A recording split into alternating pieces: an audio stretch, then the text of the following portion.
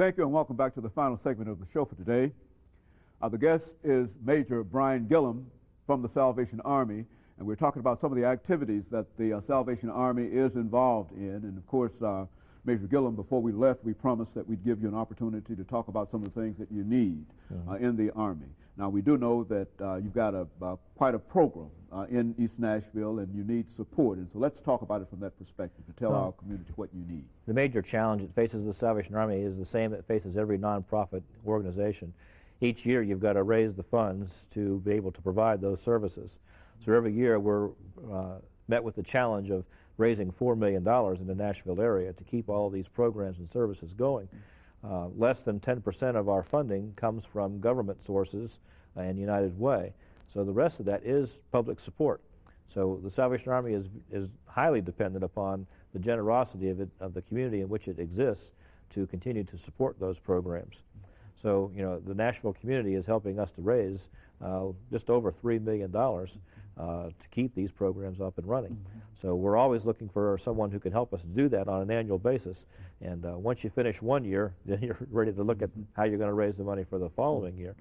And wanting to expand programs because the need is great. And probably any single service that we are providing now, we could increase it if we had the revenue there to support that. We're also looking for volunteers that can come and help us to cut our costs by using that volunteer labor force that gives the love and care that a child in a child care needs, to have someone read to them or to help rock them to sleep, to kids who need coaches in basketball and football, and give them good direction and be a good mentor and a role model for them, to helping kids with homework.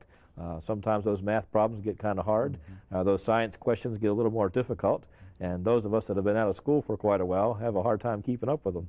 So we're always looking for someone that can help in that way. Corporate sponsorships, people getting involved in what we're doing. And I think once people do get involved hands-on, they see what's happening, and they're hooked in being a part of that. We're also looking at facilities.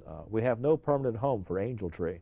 We've been renting facilities for the last couple of years, and we're hoping to get into a capital campaign where we can either locate an existing facility, and we're looking at a large facility, 100,000 square foot, to be able to house all those things and meet year-round needs as far as storage and receiving supplies that people donate to give to the poor and the needy. So we're looking at that, expanding some of our facilities. We have 4 areas of ministry. One we've just started in the Hispanic community that we hope to really get off the ground. And we're not in the neighborhood where we want to be. So we're looking for a location there to be right in the midst of where most of the Hispanics live and can address their needs. So there's a lot of opportunities, and people just simply need to call the Salvation Army, 242-0411. And if they want to volunteer, if they want to support us financially, if they want to have some of their questions answered or find out more information, they need to get in touch with us, and we can share with them what our needs are. You know, the Angel Tree Project is a very, very popular project, and I think that you mentioned you're trying to find facilities to expand that program. Why don't you explain the purpose behind that Angel Tree Project? Well, Angel Tree matches up people who want to donate at Christmas time, specifically for an individual or a family, and assist that family to have a better Christmas. And I think the beauty of it is you know by a first name of that angel that you picked that it's going to go to that specific individual. And it puts a human touch and participation in that. This past year we helped over 14,500 people through Angel Tree. And a little over $2.5 million of in-kind gifts that people responded to. What a tremendous thing. And to see the warehouse just full of bicycles and gifts, not only for children, but gifts for the elderly and those who are disabled. And the thanks on their lips and the look on their face when we passed out those gifts at Christmas time gives you a good warm feeling inside.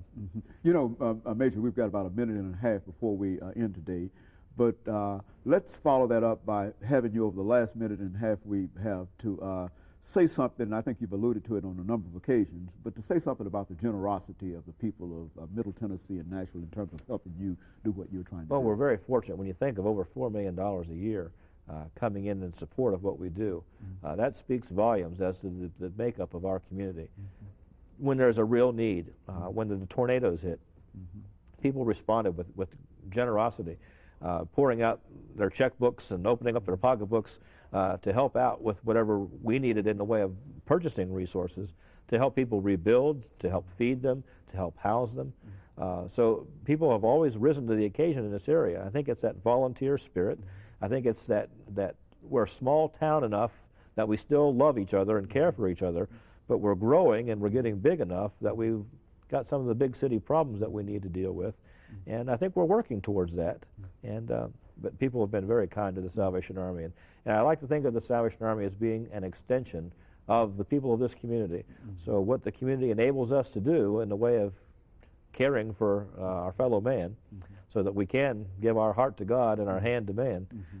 And sharing is caring, and we've proven that. Very good. And of course, Major, let me thank you for coming by and giving us that information, excellent information about the Salvation Army. I think that most of us remember you as the bell ringers, but now I think that we know that you've got a program, an operation of $4 million annually, and et cetera. And we know that you do more than ring bells.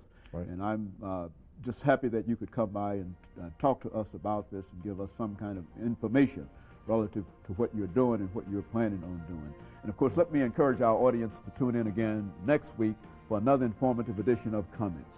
Thank you and good morning.